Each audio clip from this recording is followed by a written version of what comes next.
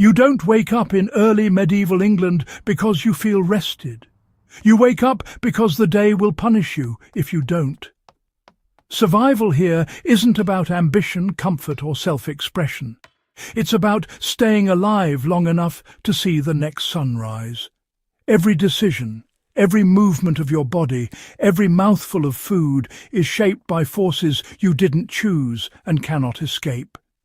This is a world where most people never leave the village they were born into, where hunger is familiar, illness is constant, and death is never far enough away to forget about.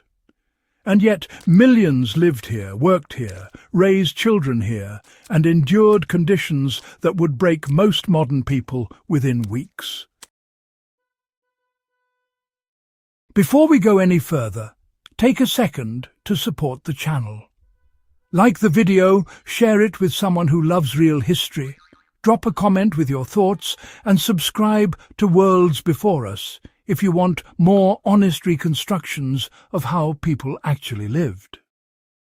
Now, let's get into what survival truly demanded in England around the year 900. If you are born in early medieval England, your fate is settled long before you draw your first breath. Society is rigid and unforgiving. Nearly everyone is a peasant, and most peasants are serfs. That means you are not enslaved in name, but you are bound completely to the land. You cannot leave. You cannot sell your labour elsewhere. You cannot reinvent yourself in another town. Your body belongs to the estate as surely as the soil beneath your feet. Your obligations are inherited.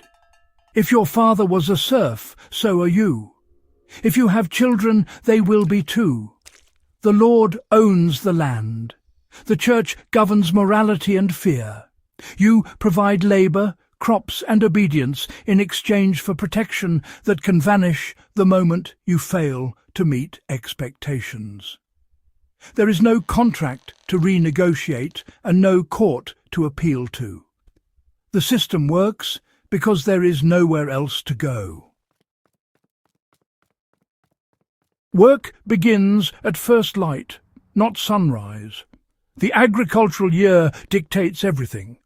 Ploughing in spring, sowing seed, weeding through summer, harvesting under exhaustion, threshing grain, repairing tools, hauling firewood, tending animals.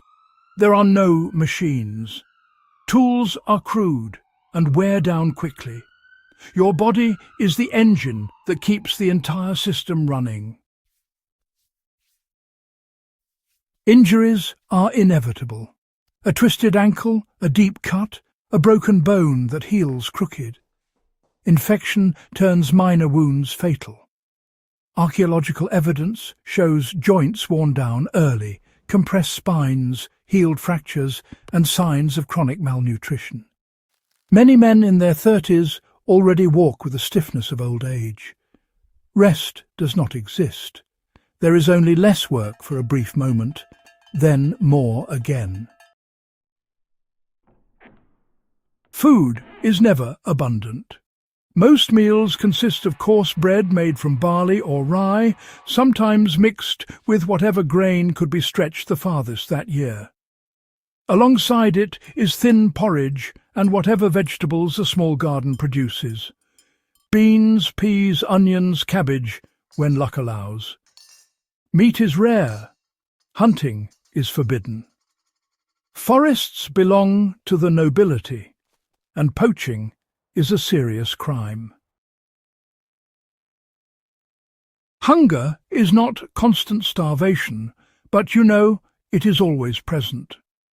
Even in good years, the diet lacks vital nutrients. In bad years, famine sweeps through villages quietly and efficiently. One failed harvest brings desperation. Two can erase entire communities. Every day you drink water that honestly might kill you. Rivers and wells serve for drinking, washing and waste disposal. Contamination is, unavoidable. There is no understanding of bacteria, no concept of prevention. Dysentery, typhoid and fevers spread quickly. Children die fast. Adults linger long enough to infect everyone else. Illness feels random and unstoppable. Prayer replaces medicine. Hope replaces treatment. Sometimes people recover.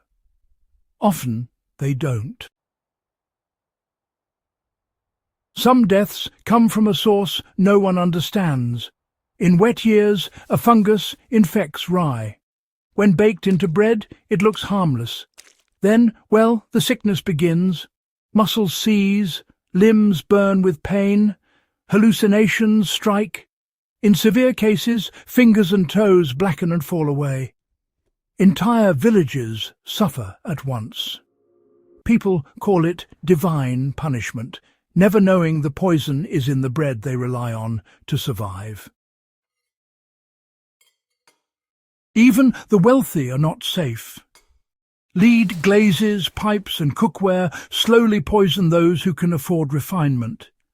Headaches, confusion, memory loss and mental decline follow. Status itself becomes lethal. Roughly 1 out of every 3 children dies before the age of 5. Infection, dehydration, malnutrition and cold claim lives early and often. Parents expect loss not because they feel less, but because hope is dangerous in a world this fragile. Burials are common. Grief is constant, but rarely spoken.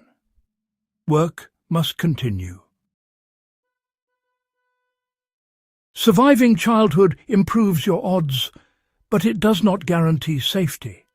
Death remains close at every age.